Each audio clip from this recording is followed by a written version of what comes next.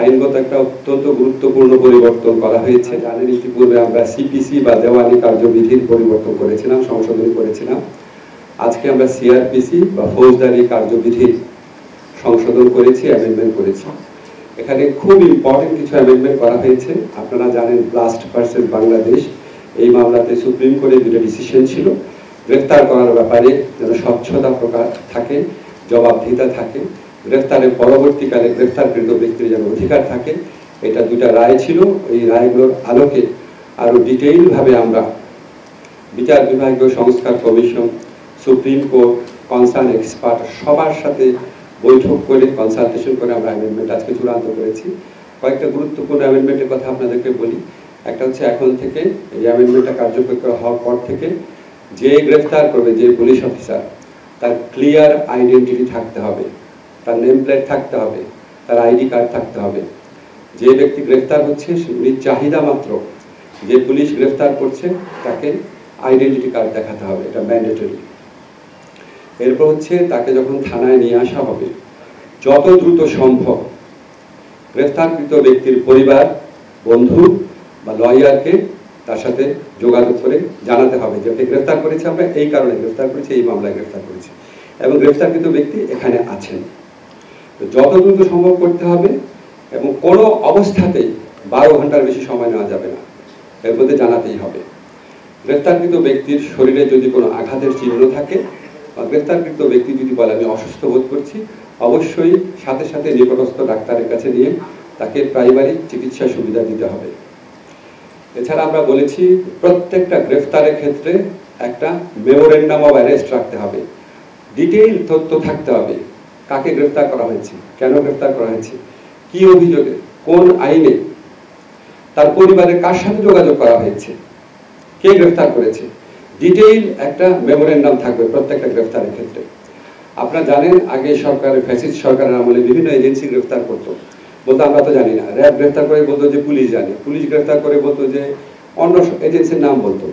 তা আমরা আইনে বলেছি যেই সংস্থায় গ্রেফতার করুক তাদের কনসার্ন অফিসে গ্রেফতারকৃত ব্যক্তি কেন গ্রেফতার করেছে, কোন আইনে গ্রেফতার করেছে, 12 ঘন্টার মধ্যে কার সাথে যোগাযোগ করেছে, সমস্ত তথ্য সেখানে থাকতে হবে।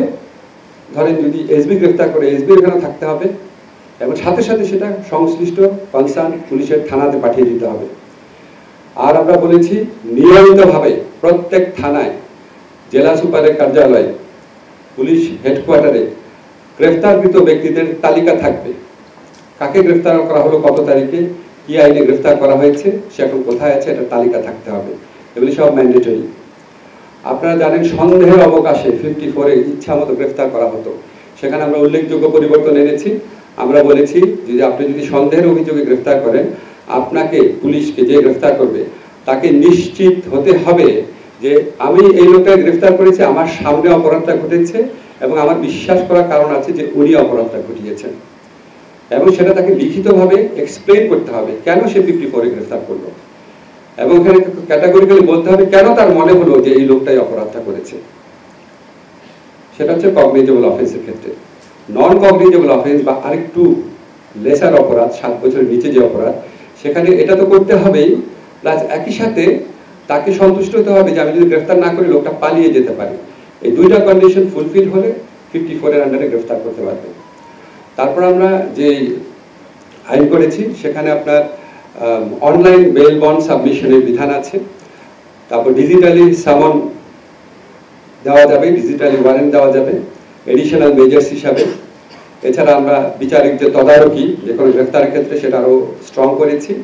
আমরা মনে করি ইনশাআল্লাহ এই আইন যদি সঠিকভাবে প্রতিপালন করা যায় তাহলে ইচ্ছা মতো যে গ্রেফতার, মানুষকে হয়রানি, গ্রেফতার করে অস্বীকার করা, মানুষকে গুম করা, সেগুলি বন্ধের ক্ষেত্রে একটা বিরাট যুগান্তকারী ভূমিকা রাখবে।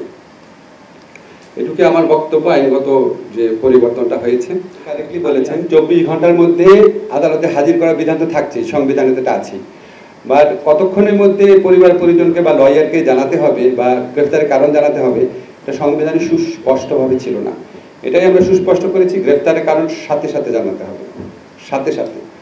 আর গ্রেফতারকৃত ব্যক্তির পরিবার, বন্ধু বান্ধব বা লয়ারের সাথে যোগাযোগ করতে হবে 12 ঘন্টার মধ্যে, যত তাড়াতাড়ি সম্ভব 12 ঘন্টার মধ্যে। এখন অত্যন্ত যৌক্তিক প্রশ্ন যে সবই তো আইন আছে, সংবিধান আছে, প্রতিপালন হয় না, তারপর আসলে কি ব্যবস্থা নেওয়া হয়? আমরা আইনের মধ্যে একটা ব্যবস্থা রেখেছি, বিচার বিভাগীয় একটা ওভারসাইট থাকবে, এবং কিছু কিছু ক্ষেত্রে যে এসিআর আছে, বার্ষিক গোপনীয় প্রতিবেদন পুলিশ কর্মকর্তাদের, সেই প্রতিবেদনে তাদের যে লঙ্ঘন বা আইন প্রতিপালনের ব্যর্থতার কথা উল্লেখ থাকবে। তবে আপনাদেরকে একটা কথা বলি, আমি একজন আইনের শিক্ষক, আইনের মধ্যে যতই চমৎকার কথা থাক না কেন, যদি আমরা সবাই মিলে মানে রাষ্ট্রের সকল ক্ষেত্রে অ্যাকাউন্টেবিলিটি মেকানিজম প্রতিষ্ঠা করতে না পারি, সুষ্ঠু একটা নির্বাচন করতে না পারি, আমাদের যদি আইন মানার কালচারে যদি কালেকটিভ একটা উন্নতি না হয়, আইন করে কিছু সুবিধা পাবো কিন্তু সম্পূর্ণ সুবিধা হয়তো আমরা পাবো না। সো এটা উনি কারেক্টলি বলেছেন, আইন ভালো ভালো করা যায়, আমরা একই সাথে সাথে প্রতিষ্ঠানকেও সেভাবে গড়ে তোলার জন্য আমাদের যতটুকু সময় আছে সেই সময় আমরা চেষ্টা করব।